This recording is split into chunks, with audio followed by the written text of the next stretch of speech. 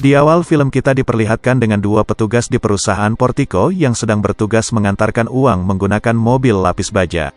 Di tengah perjalanan yang sepi, tiba-tiba terdapat salah satu mobil semen yang menghalangi jalan mereka. Para petugas pun tak curiga dan tetap santuy. Namun alangkah terkejutnya mereka setelah ditodong menggunakan senjata. Dan faktanya, mereka ternyata sedang dirampok oleh sekelompok penjahat. Tanpa banyak bicara, perampok tersebut mengambil semua uang yang ada di dalam mobil pengangkut. Tidak itu saja, para perampok juga membunuh dua petugas dan satu warga sipil yang sedang berada di sana. Scene berpindah ke beberapa bulan kemudian, di mana terdapat salah satu pria botak yang melamar pekerjaan di sebuah perusahaan Portico sebagai petugas pengantar uang. Untuk menggantikan dua petugas yang terbunuh beberapa bulan lalu. Dan dia bernama Patrick Hill, kita sebut saja namanya John. Sebelum menerima John, Terry yang merupakan pemimpin perusahaan tersebut menanyakan lagi apakah John benar-benar mantap untuk melamar, mengingat jika pekerjaan yang akan ia lamar sangatlah berbahaya dan mempertaruhkan nyawa.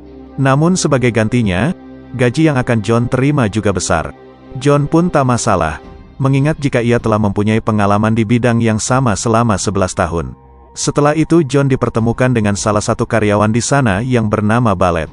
Ballet yang merupakan senior di sana, akan mengetes kemampuan John terlebih dahulu. Di sana Ballet mengatakan jika ia harus mendapatkan nilai minimal 70 agar bisa diterima bekerja di sana. Dan tes tersebut diantaranya, tes fisik, tes menembak dan tes mengemudi. Dan setelah semua tes dijalankan, akhirnya John dinyatakan lulus. Karena ia mendapatkan nilai standar dari perusahaan, yaitu pas 70. Setelah itu John dipertemukan dan diperkenalkan dengan para seniornya di sana. Bisa dilihat jika semua senior di sana menganggap remeh dan terlihat kurang bersahabat dengan John. Dan pada akhirnya John pun menjalankan tugas pertamanya dalam menjemput uang miliaran. Di sana ia ditemani dengan Ballet dan Dave. Di tengah perjalanan Dave mencoba mengintimidasi John tentang pekerjaan yang berbahaya ini. Namun John malah santuy dan tak takut sedikit pun. Dan pada akhirnya hari pertama John bekerja sangat lancar, tidak ada kendala. Setibanya di kantor, Ballet mengajak John pun berpesta dan bermain biliar sebagai ritual kedatangan rekan baru. Namun sebelum ikut pergi bersama Ballet, terlihat John sangat merenungi dengan teliti kartu pengenal dari semua karyawan di sana. Dan dari sini bisa kita simpulkan jika John sedang menyembunyikan sesuatu. Setibanya di tempat biliar, John dipertemukan dengan seseorang berbadan gempal yang bernama Johnny. Johnny adalah mantan karyawan di tempat John bekerja. Dan posisi Johnny lah yang digantikan oleh John. Johnny yang merasa senior nampak meremehkan John. Ditambah semua rekan-rekan John juga ikut memanas-manasi suasana. Namun John nampak tenang dan santuy, sehingga membuat Johnny kesal dan pergi dari sana. Melihat sikap John yang sangat santuy, Ballet sangat terkesan dan memuji John. Keesokan harinya mereka lagi-lagi mendapatkan tugas untuk mengantarkan miliaran uang ke pelabuhan kapal. Setibanya di sana, Dave dan John menunggu di mobil, sedangkan Ballet harus keluar sendirian mengantarkan uang. Namun setelah cukup lama menunggu membuat Dave gelisah karena Ballet tak kunjung kembali. Dan benar saja, ternyata Ballet mendapatkan masalah. Ia ditawan oleh sekelompok perampok yang menginginkan semua uang yang dibawa oleh mereka. Mendengar hal itu lantas membuat Dave cemas dan ketakutan setengah mati, mengingat jika uang yang mereka bawa sangat banyak. Karena ketakutan yang berlebihan, Dave mengusulkan kepada John untuk meninggalkan Ballet saja. Namun di sini John nampak tenang dan santuy. John mengatakan jika mereka harus mengikuti apa yang diinginkan oleh para perampok demi keselamatan Ballet. Setibanya di tempat yang telah disepakati, para perampok langsung menyuruh John dan Dave untuk memindahkan semua uang dari mobil mereka. Namun di sini Dave sangat ketakutan apabila ia akan dibunuh oleh para perampok. Dan pada akhirnya di sini John menyuruh Dave untuk diam saja di kemudi, sedangkan ia sendiri yang akan memindahkan semua uang ke mobil perampok. Pada saat melemparkan uang, John dengan sengaja melempar uang ke arah lain, agar semua perampok keluar dari mobil mereka untuk mengambilnya. Dan setelah mereka keluar semua, dengan santuinya John menghabisi mereka semua tanpa ampun. Hingga tersisalah pemimpin mereka yang mencoba kabur dari sana. Namun dengan dinginnya John memburu dan menembaknya. Sebelum mengeksekusinya, John menanyakan apakah ia kenal dengan kelompok perampok yang membunuh 2 petugas dan 1 warga sipil beberapa bulan lalu. Pemimpin perampok pun mengatakan jika ia tak mengenali beliau. Dengan dinginnya John langsung mengirim orang tersebut ke akhirat. Ballet dan Dave yang melihat kemampuan John tersebut lantas sangat terkejut dan tercengang. Setelah insiden yang barusan menimpa mereka, John langsung diinterogasi oleh agen FBI untuk meminta keterangan lebih jelas.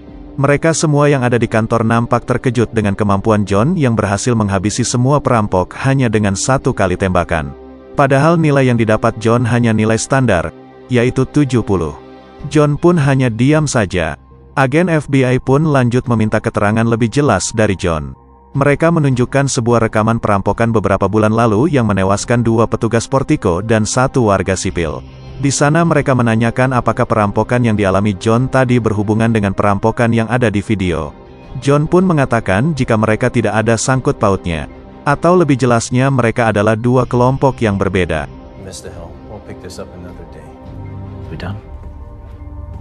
Pak Tri pun mengatakan jika setiap karyawan yang mengalami tragedi perampokan berhak mendapatkan hak cuti selama 1 bulan penuh untuk terapi mental. Namun dengan tegas John menolak niat baik tersebut.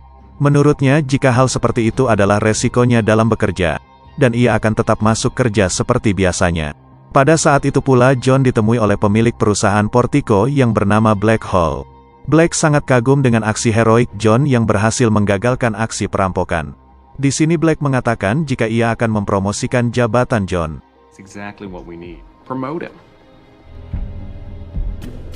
Keesokan harinya John yang baru tiba langsung diberi apresiasi oleh rekan kerjanya yang lain akibat aksi heroiknya kemarin. Scene melompat ke 3 bulan kemudian, di mana John dan Ballet mendapatkan tugas untuk mengantarkan uang seperti biasanya. Namun di tengah perjalanan tiba-tiba mereka dihadang dan disemprot piloks oleh sekelompok perampok. Para perampok pun menyuruh Ballet dan John untuk keluar dan memindahkan semua uang ke mobil mereka. Namun setelah John keluar dan menampakkan mukanya, semua perampok sangat ketakutan setengah mati. Lalu kabur dari sana tanpa mengambil uang yang mereka inginkan. Setibanya di kantor, semua rekan dan Pak Tri nampak bertanya-tanya siapakah sebenarnya John ini. Mengapa para perampok sebelumnya sangat ketakutan, seakan telah mengenali John. Dan Pak Tri pun sempat mengira jika John adalah psikopat berdarah dingin. Dan pada saat John hendak pulang, John digoda oleh rekan kerjanya yang bernama Dana. Terlihat jika Dana sangat menyukai John. Di sini Dana mengajak John untuk minum dan tidur di rumahnya. Dan setelah mereka selesai bermain kuda lumping, John langsung menyusuri setiap sisi rumah kediaman Dana. Setelah itu John langsung membangunkan Dana dari tidurnya. John yang menemukan bergepok-gepok uang, langsung menginterogasi Dana. John menanyakan dari mana Dana mendapatkan uang sebanyak itu. Karena takut dibunuh oleh John, akhirnya Dana mengakui jika ia mendapatkannya dari mencuri barang bukti perampokan di tempat mereka bekerja. John pun menanyakan apakah Dana terlibat, atau paling tidak Dana mengetahui siapa saja orang di kantor yang bekerja sama dengan para kelompok perampok yang membunuh 2 petugas dan 1 warga sipil beberapa bulan lalu. Dana pun mengatakan jika ia sama sekali tak terlibat, dan ia juga tak mengetahui siapa saja orang dalam yang sekongkol dengan para perampok. Lalu scene melompat kembali ke 5 bulan yang lalu, sebelum John bekerja di perusahaan Portico. Saat itu John hendak liburan dengan anak sematawayangnya yang bernama Doggy. Tidak pakai setel. Namun saat itu John mendapatkan telepon dari anak buahnya yang bernama Mike. Dari perbincangan itu terungkaplah fakta jika John adalah bos mafia yang paling berbahaya. John bersama anak buahnya menjalankan berbagai pekerjaan yang tidak halal, di antaranya merampok mobil pengangkut uang perusahaan Portico. Saat itu Mike menghubungi John untuk meminta tolong darinya. Yang tidak lain adalah bosnya sendiri untuk turun tangan langsung sebentar mengawasi rute perjalanan mobil lapis baja yang menjadi target mereka. Karena saat itu semua anak buahnya berlokasi sangat jauh. Mike hanya membutuhkan informasi apakah mobil tersebut berbelok ke arah kanan atau kiri setelah melewati gerbang. Dan pada saat itu John tidak keberatan turun tangan langsung membantu anak buahnya. Setibanya di lokasi, John kemudian turun meninggalkan anaknya sendiri di mobil untuk berpura-pura membeli makanan sembari mengawasi kemana mobil target mereka akan berbelok. Dan setelah cukup lama menunggu, akhirnya mobil pengangkut uang keluar dari gerbang. Dan John langsung mengabari para anak buahnya jika mobil target mereka berbelok ke kanan. Awalnya pada saat itu kelompok John yang akan merampok mobil tersebut, namun terdapat kelompok perampok lainnya yang mendahului. Doggy yang berada di dalam mobil nampak sangat ketakutan dan mencoba menghubungi John ayahnya. Namun apalah daya ia ketahuan terlebih dahulu, ia pun langsung disuruh untuk keluar dan tiarap di jalan. John yang hendak kembali ke mobil, nampak sangat terkejut melihat anaknya dalam bahaya. Dengan cepat John berlari untuk menolongnya. Namun apalah daya, John terlambat. Karena anaknya telah dieksekusi mati oleh salah satu perampok yang bernama Ian. Tidak itu saja, John yang mencoba menolong anaknya pun juga ikut diberondong peluru oleh Ian. Setelah itu Sin melompat ke 3 minggu kemudian setelah kejadian John ditembak. Pada saat itu ternyata John berhasil selamat, dan saat ini ia sedang dalam keadaan koma selama 3 minggu. Setelah John sadar dari komanya, ia sangat berduka dan tak bisa menerima kenyataan jika anak semata wayangnya harus mati di tangan perampok. Di sini istri John yang bernama Jen, nampak sangat sedih dan ia pun menyalahkan John karena rencananya merampok uang membuat Doggy harus tewas. Termasuk juga dengan para anak buah John. Mereka ikut sedih bercampur takut, akibat mereka meminta John untuk turun langsung membuat Doggy menjadi korban. Namun di sini John tidak sama sekali menyalahkan mereka. John menyalahkan dirinya sendiri karena tak bisa melindungi anaknya. John yang sudah dendam kesumat pun menyuruh semua anak buahnya untuk mencari dan membunuh pelakunya. Hari demi hari John bersama anak buahnya memburu dan membunuhi para penjahat. Namun ia belum bisa menemukan pelaku pembunuh anaknya. Hingga akhirnya John mendapatkan satu petunjuk dari salah satu penjahat. Ia mengatakan jika orang yang John cari adalah Gacy bersaudara. Tanpa pikir panjang, John langsung mengerahkan semua anak buahnya untuk memburu Gacy. Tidak butuh waktu lama, akhirnya John berhasil menemukan Gacy bersaudara. Namun ternyata mereka tak sama sekali terlibat dengan kasus perampokan. Mereka hanya menjalankan bisnis pengenceritan saja. Dengan kejam dan tanpa ampun, John tetap membunuh Gacy bersaudara beserta para anak buahnya. Melihat kebengisan bosnya, membuat semua anak buah John ketakutan bukan main. Namun di sini Mike anak buah terdekat John menasehatinya. Ia berkata jika John tetap tidak terkontrol seperti ini maka bisnis mereka akan dalam bahaya. Bukan tanpa sebab, takutnya ada beberapa pihak yang tidak terima dengan pembantaian yang dilakukan oleh John. Hingga menyebabkan peperangan besar antar mafia. Di sini Mike menyarankan John untuk menggunakan cara lain, yaitu menyelidiki para pelaku dari dalam di perusahaan Portico. Mendengar hal itu lantas John setuju, dan menyuruh semua anak buahnya untuk tidak terlibat. Karena ia sendiri yang akan turun tangan. Bermodalkan identitas palsu akhirnya John berhasil diterima dan menyusup mencari tahu siapa orang dalam yang membantu perampokan sebelumnya. Setelah itu Sin flashback lagi ke sekelompok tentara bayaran yang sudah lama tidak beraksi. Akibatnya membuat mereka sangat bokek dan butuh uang untuk masa depan mereka. Mereka pun memutuskan untuk melakukan aksi kriminal merampok rumah-rumah orang kaya. Namun akibat uang yang mereka berhasil rampok sangat sedikit membuat mereka memutuskan untuk melakukan aksi yang lebih besar lagi, yaitu merampok mobil pengangkut uang. Bermodalkan dari uang merampok rumah, mereka pun membeli perlengkapan senjata untuk melakukan aksi pertama mereka merampok mobil pengangkut uang. Is the intel good? Dengan informasi dari orang dalam di Portico, mereka pun dengan sangat mudah merampok. Dan disinilah hari di mana salah satu dari mereka yang bernama Ian menghabisi 2 karyawan Portico dan membunuh Doggy.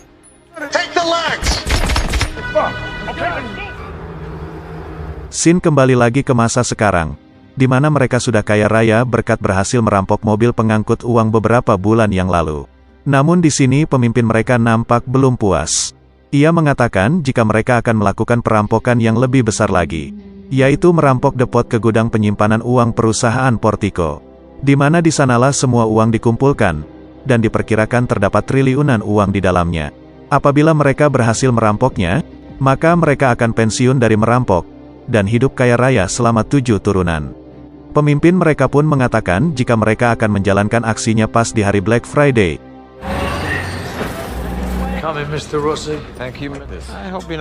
Singkat cerita hari Black Friday pun dimulai.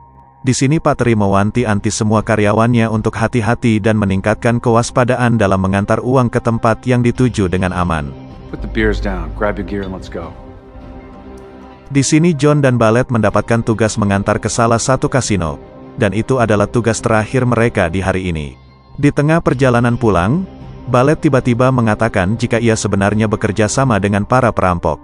Tugasnya hanya membantu untuk memberitahu agar para rekan perampoknya berhasil dengan sangat mudah. Ballet juga mengatakan jika tepat di hari ini ia bersama rekan perampoknya akan melakukan aksinya lagi. Di sini Ballet mengajak John untuk ikut bekerja sama dengannya. Ballet berkata apabila perampokan ini berhasil, maka John tak perlu lagi susah-susah bekerja seperti ini. Untuk mengetahui orang yang telah membunuh anaknya, akhirnya John berpura-pura menyetujui untuk bergabung dengannya. Lalu Ballet menjemput para perampok di sebuah gedung agar bisa masuk ke depot dengan mudah. Just let them do their job. Setelah berhasil masuk ke dalam depot, para perampok pun langsung menjalankan aksinya.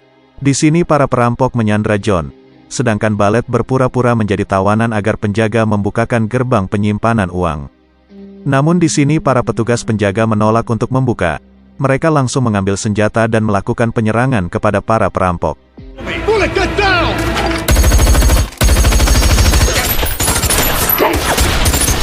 Akan tetapi di sini para perampok terlihat tidak terluka karena mereka memakai baju perlindungan full anti peluru. Akibatnya membuat semua penjaga yang menyerang mereka malah habis dibantai oleh para perampok. Dengan cepat para perampok mengambil dan memindahkan semua uang ke dalam mobil mereka. Sementara John sampai saat ini belum bisa berbuat apa-apa karena ia masih terikat. Sedangkan Dana bersama salah satu rekannya yang bersembunyi di dalam mobil berhasil menghubungi tim SWAT. Setelah itu mereka menyerang salah satu perampok. Melihat kelengahan itu dengan cepat John menghajar lalu membunuhnya. Kemudian John melepaskan Pak Terry dari ikatan. Melihat baju dan helm pelindung, dengan cepat John menggunakannya lalu menyerang salah satu perampok. Setelah itu John memasukkan salah satu HP-nya ke dalam tas uang. Dengan harapan apabila para perampok berhasil lolos, maka ia akan dengan sangat mudah melacak mereka. Setelah itu John melanjutkan menghabisi para perampok satu persatu dengan sangat mudah. Kembali lagi ke Ballet yang berpura-pura meminta senjata kepada Dana agar bisa membantu mereka menyerang para perampok. Namun setelah diberi senjata, Ballet langsung menembak mereka semua tanpa ampun. Walaupun terluka parah, John tetap strong melakukan penyerangan kepada para perampok.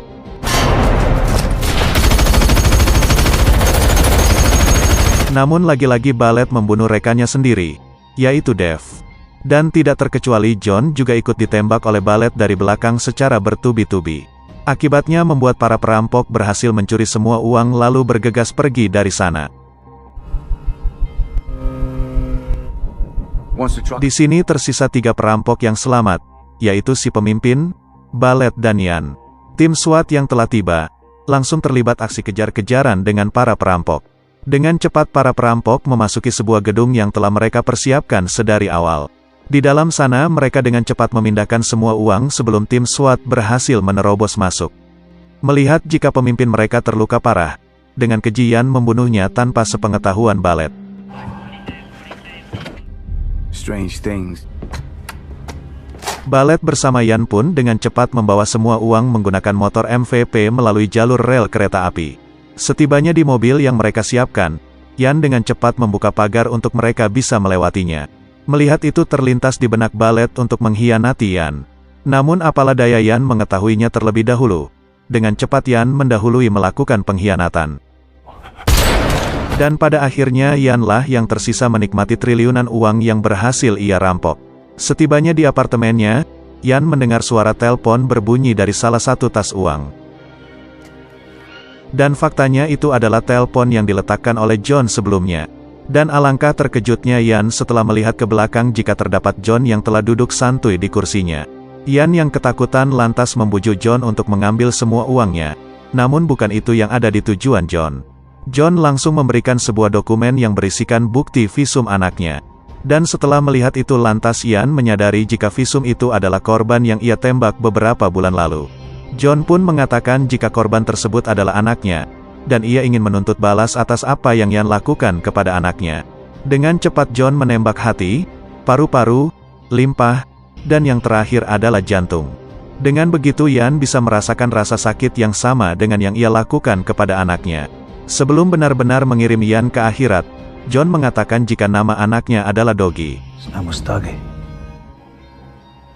Setelah itu John pun pergi dan memberikan semua uang di sana kepada pemimpin CIA. untuk ditukar dengan semua kejahatan dan pembalasan dendam yang ia lakukan. Dan film pun selesai.